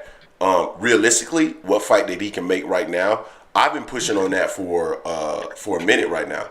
You can't tell me whatever that champion is right now at 154 that he's trying to get Saudi money with. That people have been rumored to say that he's trying to get Saudi money to make that fight somewhere here in the United States. Why not get that Saudi money to make that same fight with Boots Ennis? Apparently, our good friend Eddie Hearn, he is familiar with the Saudi money because supposedly the Saudis were willing to offer Gervonta Davis $20 million for a Devin Haney fight. So clearly Hearn has the same number to the Saudis as Terrence Crawford. So why not make that fight with Jaron Ennis? Because he has the same level of accolades as whoever this individual is at 154 pounds. I can't remember his name right now. But at the end of the day, I had never heard of this dude, but I've heard of Ennis. So clearly the general boxing public knows this guy, or knows Ennis more than this guy. So why not make that fight with Ennis? The reason why we hear so much pushback in regards to Ennis, and we start to hear these excuses in terms of what has he done? He had the opportunity already to fight Terrence Crawford, when in reality, everybody knows that he hasn't already had the opportunity to fight Terrence Crawford. I already killed that whole WBO narrative, right? That narrative never made any sense, but I don't want to go down that path, right? I don't want to go there. But at the end of the day, that is the more, that is the fight that will make the most sense for Terrence Crawford today, right? Because that's the most relevant name today, right? I would love to see that fight, but we'll see what ends up happening for Terrence Crawford, because I don't want to spend too much time on that, because I just don't want to really talk about Terrence Crawford a lot today. But go ahead. Yeah. So because my thing is also that at some point we also gotta put, you know what I'm saying, these boxers make responsible for the decisions that they make. You know what I mean? They got to be responsible for decisions that they make. If you're even coming off the rip, you know, you're somebody let's say like a Shakur Stevenson, and you decided to sign with Top Rank, even though the top 126 pounder was Gary Russell at PBC at the time. Even though you knew they had Tank at PBC at the time, you know, you had all these, and you had what's his name, Showtime, whatever the hell they call him. He was one of the top prospects at the time, just like Shakur was. You had all this smoke over there, but you decided to sign with Top Rank. You know what I mean? So that's cool. You decide to sign with Top Rank, whatever. But then you got to understand what that situation is. Understand that, okay, because you did that, you're not going to be able to get these other fights. And then now you're in this position where you only have one fight left with your career with them. So if you re-sign with them, you can't bitch and complain about not getting certain fights. If you don't re-sign with them and you do something else, you know what I'm saying? Okay, then cool. But you got to, people started, you know, but, you know, they got to start, putting them on point when it comes to the decisions that they make. Like Terrence Crawford also. He decided to re-sign with them, so he couldn't get certain fights. So he would have, imagine if all these knockouts he was doing against, Sean Porter, he was doing against Errol Spence earlier, doing against Danny Garcia. You know, then when they were relevant, belts on, you know what I mean? When there were big fights, and he was doing it back over then. And because, you know, he potentially could even have got a Manny Pacquiao fight over there. You know, he could have did so many things. That move could have put him into a space where he could have been, you know, doing some major things. He could be the man right now, where we really could be looking at him to the point where Canelo wouldn't even have got what's his name, Charlo. He would have got Charlo, because that would have been the bigger fight. And then after that, now he'd probably potentially be fighting Canelo, but he chose to make other moves. Somebody like Shakur chose to make other moves. Devin Haney was working on Showtime. They were doing shoulder program on this dude on Showtime. They was doing I remember they did a shoulder program on this dude when he was still fighting on Showbox or whatever. It did 1 million something plus views. I was looking at the dude damn, you're this kid's really gonna, he has the potential to really be big. And then he boom signs to the zone, and I'm shit. like it's not going to work out for him. This before he started talking all this crazy stuff and his father trying to down black fighters and all the crazy stuff that he does that I'm not feeling at all. But before that, it was like, damn, I'm like, he really is messing up by going over there because he's not going to grow to the point where he could grow. And I believe that if he had signed over there, he'd be at a way higher point than now. But and like Jaron Ennis now, I think it would have been smarter for him to be patient. And you were talking about him being active. At this point in his career, he's not fighting till June anyway, June, July. I think it would have been smarter to just been patient and waited. Because the way I looked at his career, like where he's at right now, it was almost like the same part Errol Spence was in around this same age, where it was hard for him to make fights. But they got him fights. They ended up, getting him they ended up getting him particular fights or whatever, which ended up rolling into fighting Mikey Garcia, and then rolled in him to be, being basically a pay-per-view star and making some major moves and making some major bread. And I almost saw him like he was on that trajectory because Barrios is about to be a world champion when the belts gets dropped. Danny Onis is going to be a world champion when those belts gets dropped. All them other dudes that you're talking about, they're not getting those belts.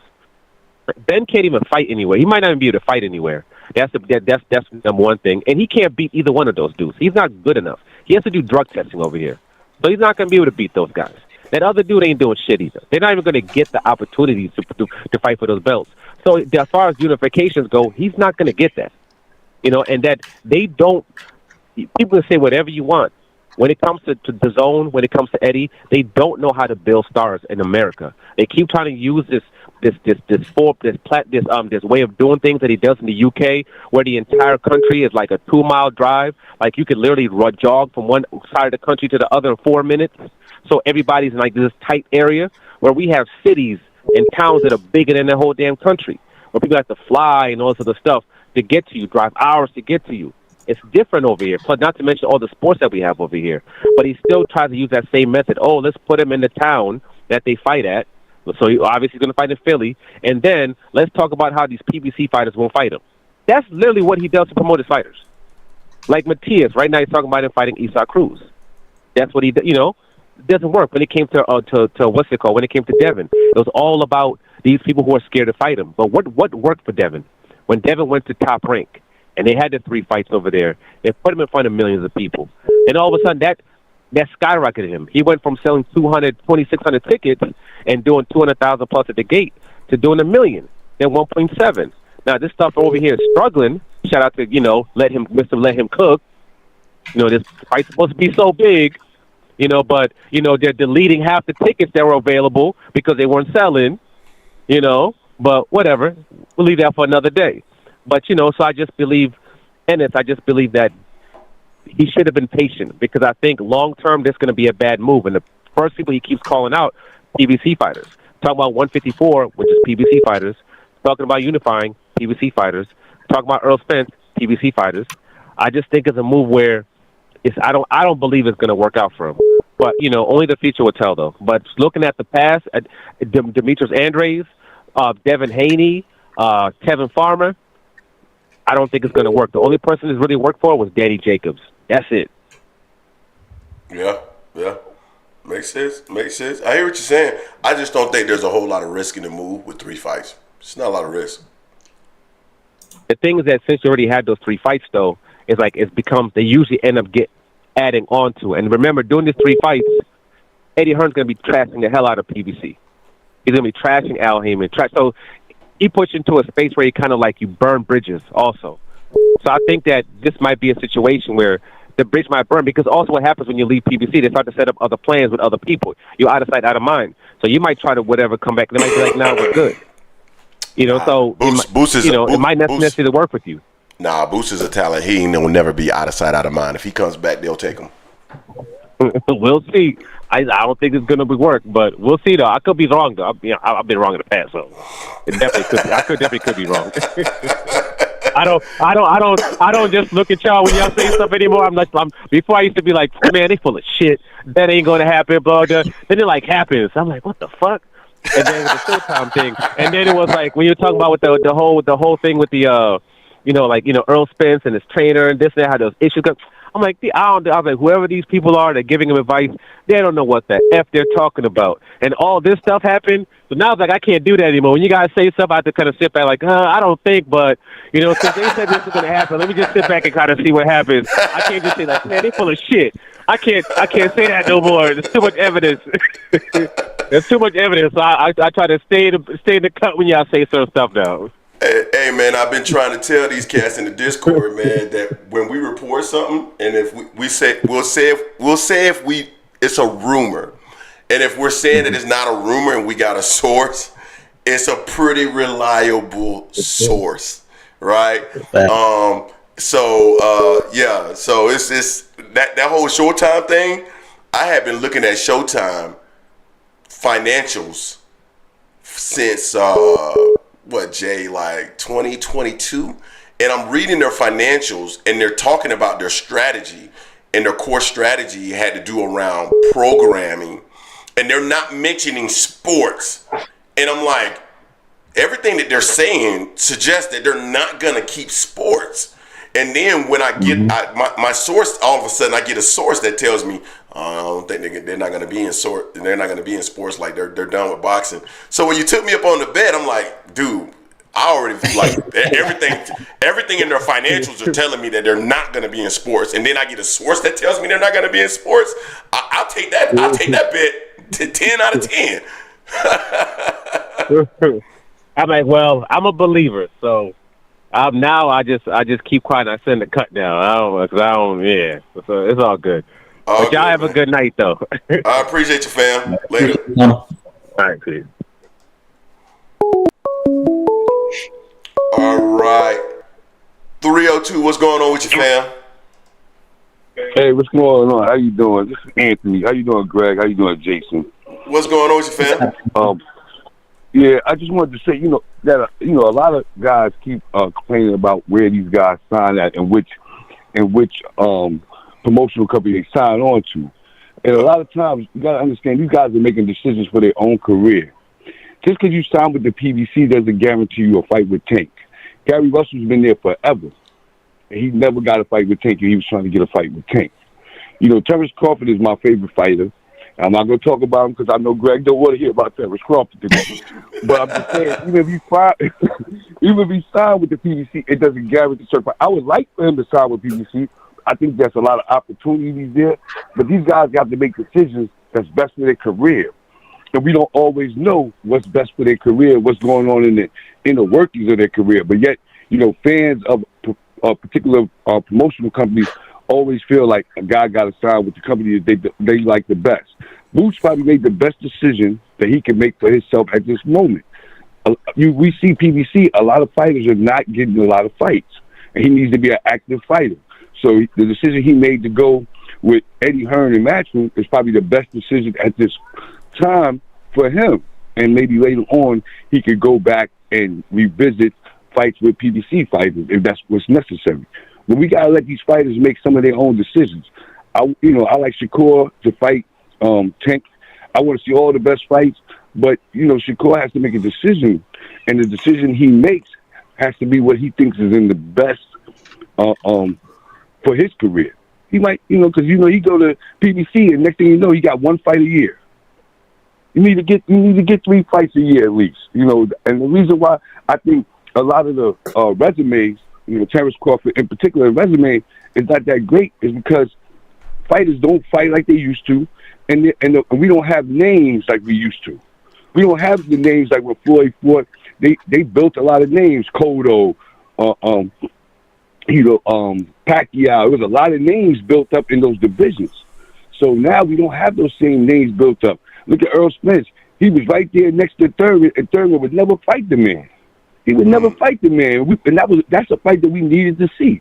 That was something that needed to happen. But I just wanted to say that the fans need to give these guys opportunities to try to make the best decisions they need to make for their own careers, because they are in the workings of their career. And hopefully, at some point, the promotional companies will just start to work together more often so that we can get the great fights and the better fights. But I enjoy that content. Greg, you is a Terrence Crawford hater, but I do enjoy the way you break a lot of things down, and I do respect your outlook on the sport. So I y'all have a appreciate great you, day. Appreciate it, fam. Later. Thank you. I don't mind being called a hater when people say they appreciate how we breaking it down, Jay, because people gonna disagree with how you see things, and people disagree, and I don't agree with everything people say, but I like when people have a argument. Like I can respect the argument when it's logical and well laid out. I think this is Terrence's best damn videos. Am I correct? You know it. What's up, guys? What's going on? What's going on, fam? What's happening? Chilling. Yeah, I got my man. Last week he was going on, y'all. So I couldn't get in there. He filibustered, but I'm on here now. So I just got a couple things to say from last week. I couldn't say. Go ahead. I think so. I think last week, what were they talking about? I think I don't know. I know a lot of people were talking about like who Bud should fight in the PBC. I don't know what's this obsession with the PBC is, because at this point, Bud is fighting for two things, and I keep telling everybody he's fighting for two things. That's legacy and money. No, he's just fighting for one thing, money. If he can, wait, what? What was that? You said he's just fighting for money. But go ahead. No. He's fighting for legacy and money. Now, with the Canelo fight, let's look at these fights and see if I'm not telling you the truth. If you talk about the main fight he won, if he fights Canelo, what does he get? Both, right? Because Canelo is perceived as one of the best fighters in our generation, and it's a lot of money. So obviously, if anybody has half a brain, they will know, of course, that's the fight he won. I mean, and everybody should know that would be the best fight that he can make to get both, right? So I don't see why we arguing here. The fight people want to see is probably the worst for Bud. It's just when you talk about money. Now that he's with Matchroom, now that Ennis is with Matchroom, that's more realistic. But here's the problem. Matchroom is not going to put Ennis against Bud in that fight and risk their product, and they're paying a lot of upfront money on. Are y'all kidding me? And I'm telling you, y'all really, a lot of people really think that fight will be close, bro. But it's not. Here's the breakdown of that fight. I'm telling y'all, I was right with the Errol fight, and I'm right with this fight. If those two guys fought, y'all either going to be very disappointed, because for Ennis to win the fight, what he's going to be doing is something y'all have never seen out of him. Keeping his hands up the whole time and moving the whole time and trying to win the fight with a jab. Y'all not going to like that. Bud's going to be chasing him, and he's going to fight and win a fight like that. So if that's what y'all want to see, and y'all will be happy with an Ennis win like that, then fine. Because that's the only way he can win the fight. Hold on, say that one more time. I said if somehow, first of all, I don't think Matchroom and Eddie Holmes going to put him against Bud. Because I got that part. Because they put that money up. But I'm saying if the fight happened, I'm telling you the only way Ennis wins the fight is here. This is the way he wins. He keeps his hands up the whole time. You see none of that flashy shit. All of that flashy shit is gone. Much like when you saw Roy Jones fight Antonio Tarver. Back in the day when he fought with the middleweight James Bernard Hopkins. Much like that. All that flash, all that shit he was doing is going to go out the window. You're going to see Ennis with his hands up the whole time, moving and trying to jab and stay away from Crawford. If you're happy with an Ennis win like that, then fine. Yeah, but I guarantee you what you won't see is him stand toe-to-toe and box and fight Bud straight up. Because that's where the inexperience will show its face. Yeah, I'm okay with that. That's when it's going to show up. I'm just telling y'all that. Yeah, I'm okay with that. Don't think for a minute that Ennis is going to beat Bud Crawford in a fighting straight up. Who cares? Fighting straight up, toe-to-toe. It's not going to happen. He's going to be running. He's going to be using his jab, and he's going to try to win by point. Long as Crawford gets the L. I'm okay with that. I'll take a boring L. Yeah, I'll take Crawford getting a boring L. I'm good with that. Okay. So you'll take, okay, well, fine. If you want to take that, that's fine, Greg, and I'm sure you would because you are the number one supreme bud hater. I got you. I got that. I wanted the second thing I wanted to talk about. Did y'all see the video of your boy Tank, your boy Diddy picking up Tank like a 3-year-old toddler? I don't see nobody. I don't see nobody talking about that, man. That's I mean, they were talking about Haney. Haney just had a picture.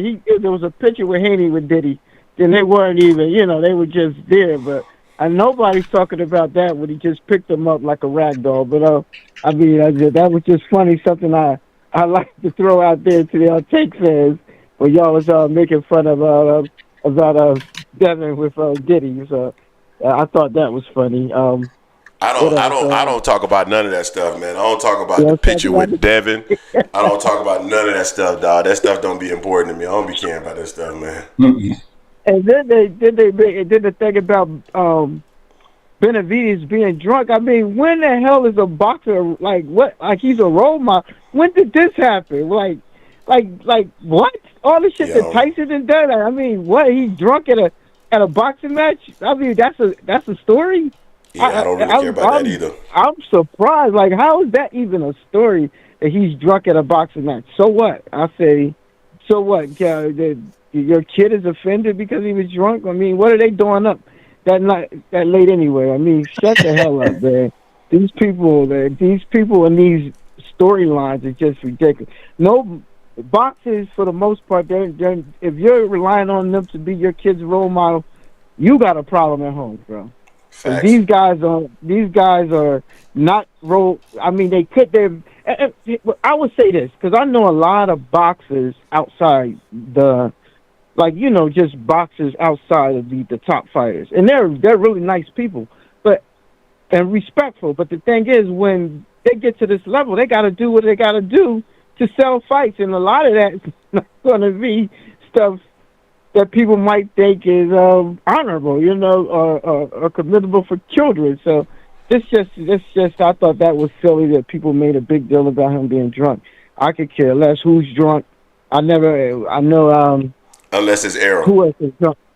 Who else was drunk? Yeah, like Errol. I never you never heard me say nothing about him being drunk. I don't care if they're drunk, they drink.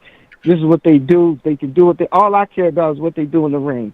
So I never had a problem with Errol after he took that fight. You never hear me say anything about it. I'm just happy that Errol gave Bud the fight we wanted to see. So I'm happy with Errol. He did what? I mean, I know he's trying to block this fight with Bud, but I can't blame him. He's trying to get money. Hey man, I don't got no problem with that. He gave Bud that fight, so I'm good with Errol. But to the point that I'm making in general with boxers, they're not role models, bro. So I mean, stop it. We want to see Benavidez fight Canelo, and I think that fight is probably done because he was talking shit about Canelo and trying not being nice to him anymore. Now Canelo goes, oh no, he's not nice now. Now I'm not going to fight you anymore, even though he wasn't fighting all these other years. So I mean, yes, don't be nice to Canelo. He wasn't going to fight you anyway. So who cares about that? Other than that, man, I'm going to be pretty sure nobody said nothing reckless or crazy since I've been on. So I guess maybe next week, as long as people keep it coke and steady, we'll be good. We'll be good, man. Nice talking to y'all. Good show. I guess I'll be on next week to see if anybody say something crazy. Appreciate you, Terrence, man. I've missed you, bro. We were looking for you. So glad you're back. Nah, man, football season crazy, so I'll be watching football. So I'm a Steelers fan, so going through some stuff right now. So hopefully we got a couple pieces. We'll see what happens. I still say we need an offensive line, but we'll see. Gotcha, fam. All right, man. Catch you next time. Thanks, guys, for having me. Appreciate it. Later. That was Terrence Best Damn Videos. Yeah. So real quick, appreciate your tunnel for the $5. He said he gave $5 2 other times since the first one. He said, sign to whoever you want. Just stop crying about not being able to fight PBC fighters. Facts. Yep. Get out your fantasy land of fights he isn't getting. What are realistic fights he can get? Facts. Facts. Appreciate you, Tone. Appreciate you. All right. Phone lines are open. And, yeah, we did have one more topic I want to talk about because we didn't get to the comments from Ryan Garcia. That's right. Hold on. 310, you're in the building with the Angry Man Podcast with Jason and Greg. What's going on with your fam? Hey, what's up, Jason and Greg? How you guys doing, man? Doing well, Adrian. What's going on with you? Chilling like a villain, man. So, of course, I want to talk a little bit about my man Boots. Yeah. So what do you think about this Matchroom deal? Because the only thing that concerns me about it is that there's not too much, action on that side, But he does have Conor Benn, I believe, right? But I think Conor Benn's just talking a bunch of crap. But I'm not sure if he's gonna step into the ring with him. Hopefully he does. But what do you think the chances of Eddie Hearn actually putting out the money for a Bud fight? What do you think about that? I mean, reality check.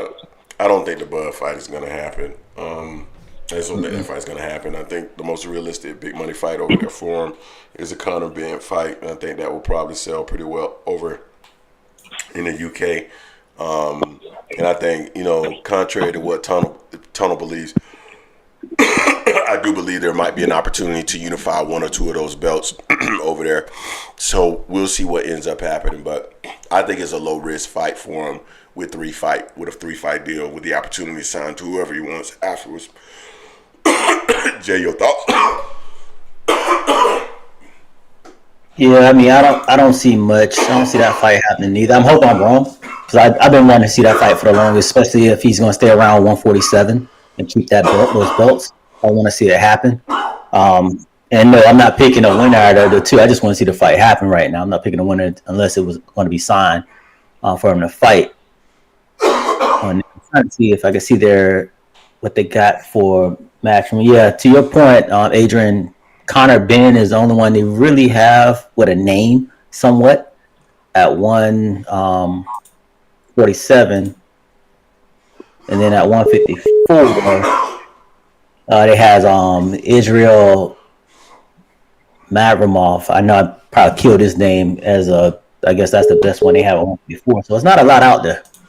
Not a lot out there at all in Matchroom, but we'll see if he can will and deal with others. We'll see.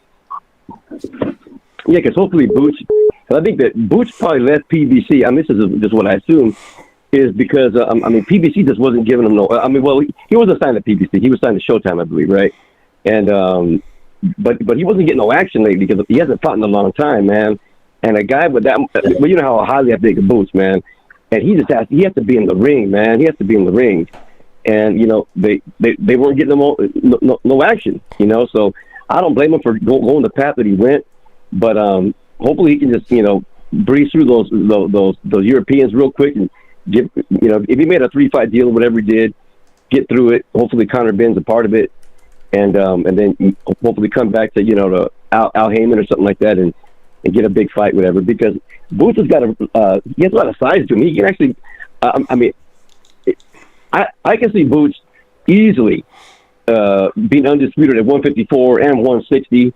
And probably the biggest I see him going to 168, but I can see him doing that towards the end of his career. But I'm telling you, man, and I'm gonna be down with you guys forever, man. This fool's gonna retire undefeated, man. This guy hasn't lost a round yet. I mean, man, the guy's bad. But he's got to get in the ring with somebody. So, oh yeah, you know what, man? And I saw this interview with Suleiman.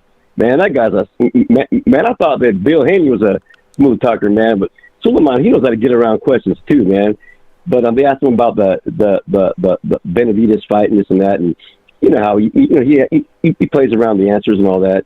So I don't know about that if that fight will ever happen either. But did you hear that rumor that Turki Al-Sheikh said that he'll actually put Benavidez in with the winner of Bivol and Beterbiev or something like that? That he'd like to pay for that one. You heard about that one? Yeah, I heard about it, but according to David in his contract, he won't be able to do that. He won't be able to go over there based on his contract from what David said in an interview. Okay, yeah. And as far as David, the way he was a little inebriated at that fight, to me, man, guy's young. Everybody makes mistakes. It ain't no big deal to me. It's what you do in the ring that matters. And I don't want to hear no Canelo fans talking this shit, saying, "Oh, Benavidez, blah blah blah." Because unless my memory serves me wrong, didn't Canelo get caught doing PEDs at one time too? So I don't know. I mean, Canelo doesn't got a clean record himself. So I don't want to hear nothing about people doing that. But I'll leave you guys with that, man. But I just want to see what you guys think about Boots and Bud. Hopefully, like you said, hopefully we're wrong. Hopefully, you guys get that Bud fight. But we'll see what happens, though, man. But I appreciate the time, Greg and Jason. Send a shout out to my dad in heaven. Love you, Dad. My son Jeremiah. Love you, son. Appreciate the time, guys. You guys have a real nice weekend. Appreciate it, man. All right, appreciate it, Adrian. Peace. All right, man. Peace out. All righty, that was Adrian.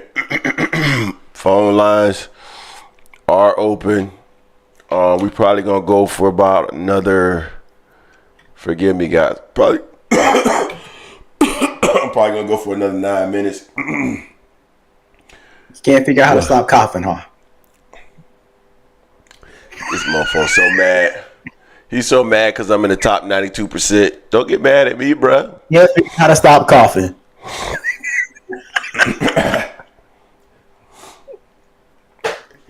I can figure out. Einstein.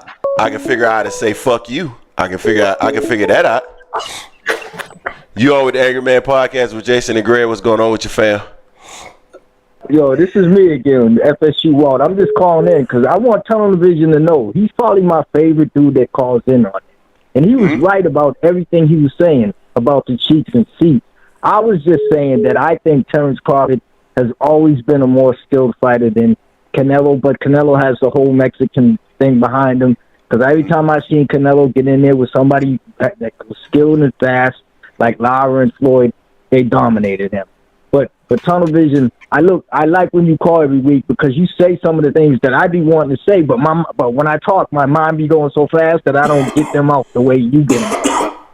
So, Yeah. Salute to you, man, and salute to y'all, guys. Appreciate you. Well, hey, I want to address something real quick from LB. Said, I would love to see Bud pull up on AM Sports. You'd wish you were wearing Pampers.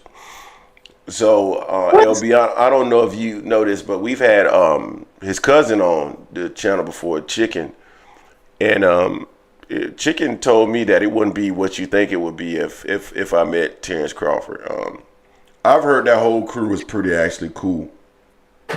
That they're not aggressive like that. Like, he said Bud would probably press me. But after that, man, it'll probably just be like a conversation.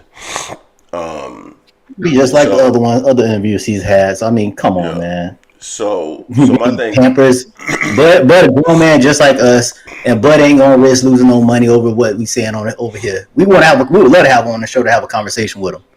But I mean, come on, man, stop that shit. I'm keenly aware that Bud Crawford would whip the hell out of me. Yeah, notice neither one of us said that we would beat Bud or fight Bud. Not me. I'm not about to do that. I'm also keenly aware that Bud Crawford is not about to waste his time putting his hands on me because that doesn't make any sense. That too. Like that just doesn't make any sense. So, I think you think this stuff is more personal than what it is, bro. I don't think these dudes think this is as personal as you may take it as. Just my perspective.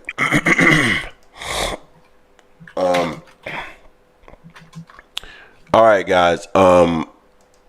My apologies, but I think I'm gonna go ahead and just shut the phone line down because honestly, I don't have the voice to keep it going with the conversations on the phone. So I apologize. I will read these chats though. Greg isn't going to make it. That's from Tunnel Vision. Yeah, I'm trying to get to the 2-hour mark. Tunnel with the $5. Appreciate you, fam. I wasn't coming at you at all. I got nothing but respect for you.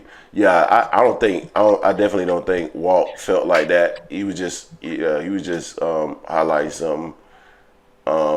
D-Town Funk. My dog, D-Town Funk, 3 smartest thing you said all day, Greg. What was that, D-Town Funk? What did I say? Oh, you talking about when I was saying that Terrence Crawford not going to waste his... Terrence Crawford not going to waste his time with me. And I don't think Terrence Crawford them take this as personal as people think they take it. And I have heard that whole crew is... I know for a fact that his cousin Chicken is real cool. My guess is Bernie off camera is pretty cool, and I've heard Bomac is real cool. So if Terrence is like Bomac and Chicken, from what my personal interaction with Chicken is that he real cool. I've heard Bomac is real cool. So my guess is Crawford is like them. So if he's like them, then he ain't gonna be wasting his time.